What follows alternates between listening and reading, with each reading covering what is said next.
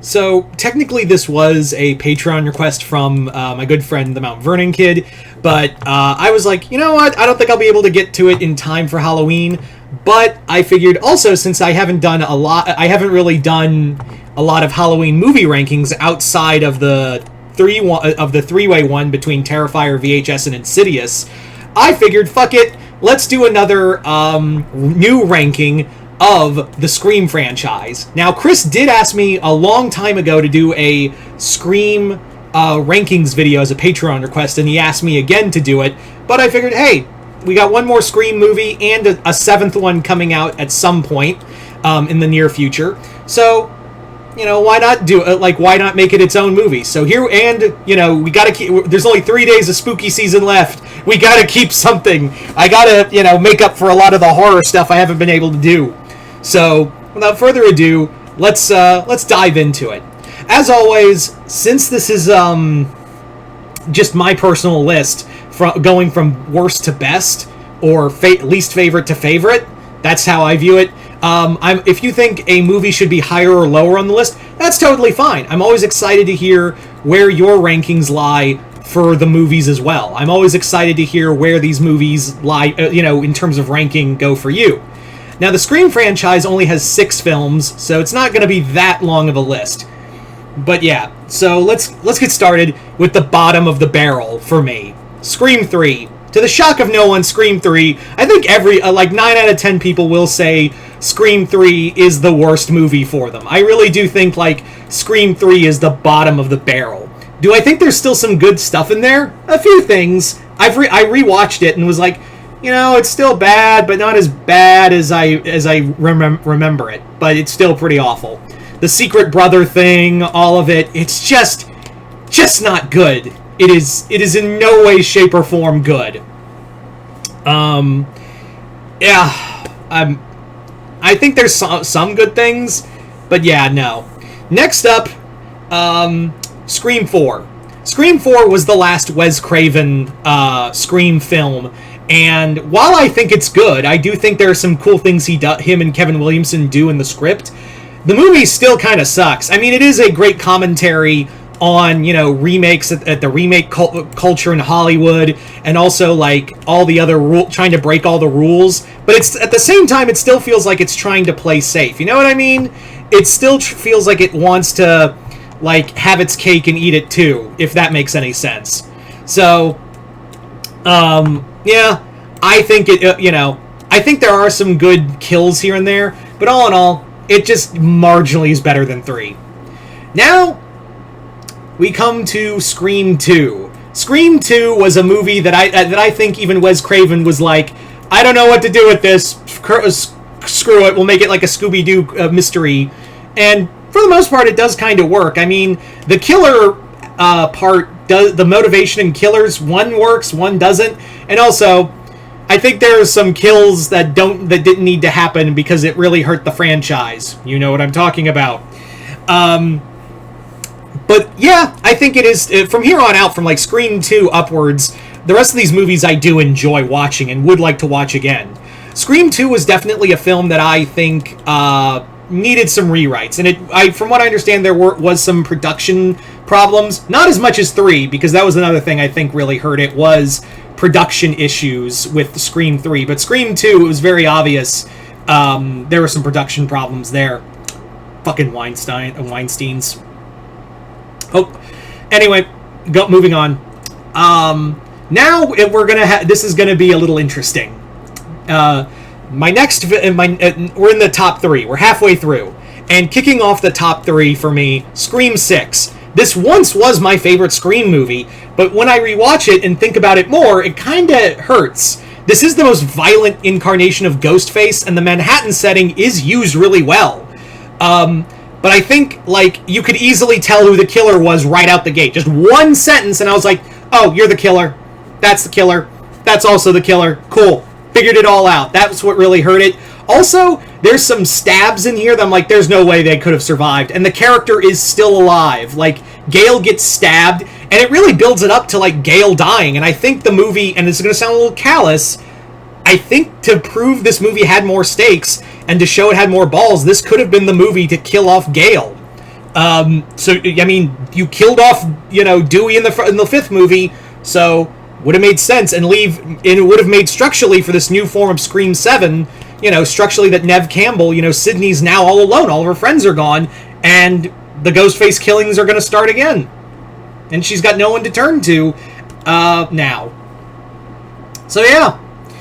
But yeah, I still think Scream 6 does have a lot of merit to it. That opening kill sequence is really fucking solid. I really also like, again, there's some great cinematography, great kills. Like I said earlier, there's some solid.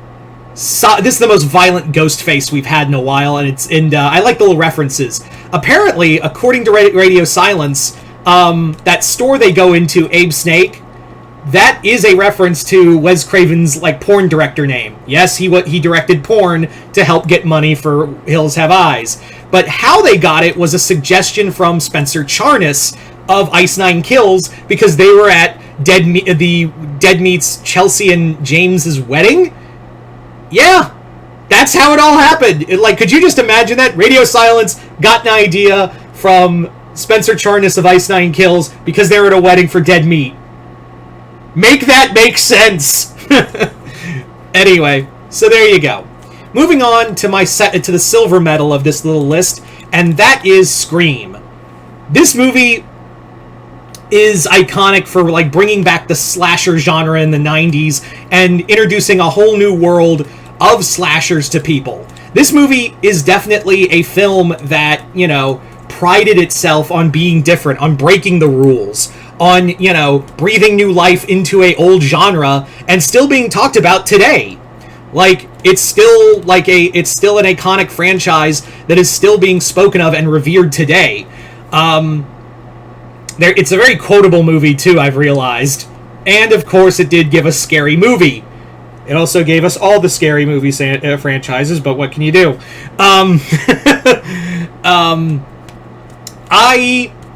I think it's a good I still think it's a good movie.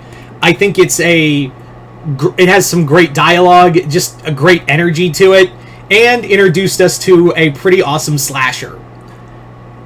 But yes, if you've reasoned it out by now, terms of by process of elimination, my favorite Scream movie is Scream 5, or just Scream. I'm calling it Scream 5. The reason why I like Scream 5 is because I was never a big Scream fan. I was never the biggest Scream fan ever. I mean, I liked the franchise, and I was excited to see a new film, and being done by Radio Silence was a really cool thing. At the same time, though, I was like, could be good, could be not. But the new era of requels, of course, Scream would come back, and Radio Silence did it justice. There's some great kills. Poor Dewey's death, man. That one hit hard. That death hit hard. I also really like just the mystery. The mystery in here is better put together. Although I will say at the same time, I kind of figured it out already. But at the same time, I was like, it almost got me. It almost threw me for a loop. But then I was like, oh, okay, I figured out where we're going with this. So, okay, I figured it out, but you almost got me. I also really liked just the energy that movie had, and bringing back Gale and Sidney. It was really cool to see all of the characters again. I gotta be honest, it was really cool to see all of those classic all of these legacy characters coming together. And even as not as a major Scream fan, I was still of the mindset of, damn, that was really good. I can't believe that actually happened. So, yeah. I rather enjoyed, the more I watch it, the more I enjoy it. I also love the little nods to Wes Craven and everyone else in the making. Radio Silence clearly had a heart making this film, and as well as they did with Scream 6. But yeah, I think that that was definitely what the franchise needed, and it breathed new life into it. So, there you go. Anyway, so that's my personal ranking of the Scream films. But you guys tell me in the comments below. what did you guys think? Where do the Scream movies rank for you? Just comment below, let me know.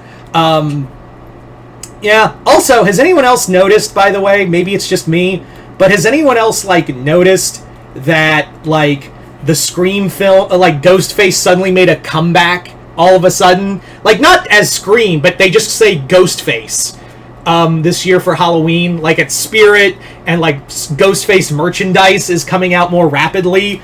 Has anyone else noticed that? And I know, like, oh, we had a movie 2 years ago, but yeah, that was 2 years ago. There's not a Scream movie not until, like, 2026. Scream 7 isn't coming out until, like, 2026, so, like, where did this sudden merchandise surge come from? And also, like, Ghostface, of course, and if you didn't guess by now, the other reason why I did this, if you're wondering why I also, if you haven't guessed already, the other reason why I decided to finally pull the trigger on a Scream franchise ranking is the Ghostface trailer for Mortal Kombat 1. Excuse me. So yeah, that was kind of another reason as to why I did it. So yeah, and once again, this is just my personal ranking of the films. If you think a movie should be higher or lower on the list, that's totally fine. I'm always excited to hear where you guys stand on these films. But yeah, just comment below, where do the Scream films rank for you? Yeah, just comment below and let me know. Other than that, hope y'all enjoyed this. I'm Mr. Multiverse. I'll see you next time in the Multiverse.